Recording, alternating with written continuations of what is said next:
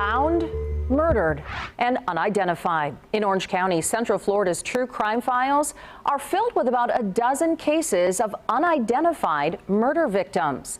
And those cases span from the 1970s to the early 2000s. Tonight, Fox 35's Ray Vieta goes behind the crime scene and into the labs to see how investigators are still trying to identify these victims. Orange County investigators are following a trail of clues dating back to 1984. It was then a woman's body was found off a dirt road much like this one. Right now, she remains unidentified, but Orange County investigators are hoping to change that.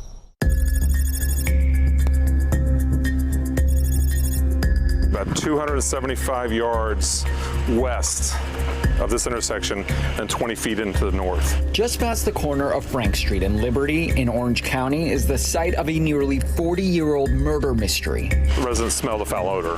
On November 9th, 1984, a teenager and his parents called 911. A stench caught their attention, and when the teen took a closer look, he realized it was coming from a body. How badly decomposed was she at the time?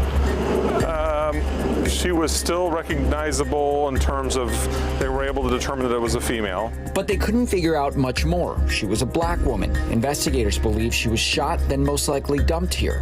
Her name? For now, it's Jane Doe. She had no identification on her, but with the help of DNA, Orange County's cold case team hopes they'll be able to identify her. They're using DNA from clothing and her body. There was some clothing that was with her. There's a jacket. That jacket was taken to the lab, where forensic biologists use this device, a type of vacuum called an MVAC. It simultaneously does a rinse solution while it vacuums up any embedded DNA that may be left over on the material. We can get wearer DNA off of that. Fox 35 taking you behind the scenes of this cold case to get a closer look at the technology. And it releases the rinse solution while it vacuums, and you run over it a few times. The goal of the device is to get as much DNA as possible from the inside of the clothing. That DNA is then sent to another lab to be analyzed. This case among the many files Corporal Nutting is looking into. He heads up the cold case team at the Orange County Sheriff's Office. So we go from 1941, which is our oldest cold case, up until it goes down and then back into the 2000s. The team uploads the DNA into genealogy databases. From there, they track down distant relatives.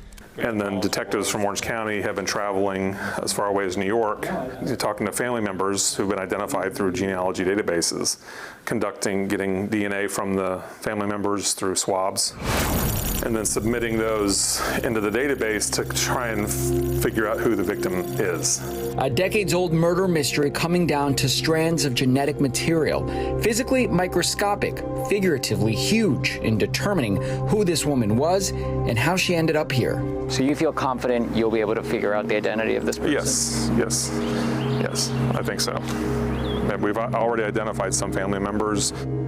The next steps in this case involve using that woman's DNA to establish a family tree. From there, investigators will work from distant relatives to hopefully the identity of that woman. Digging through Central Florida's true crime files, I'm Ray Vieta, Fox 35 News.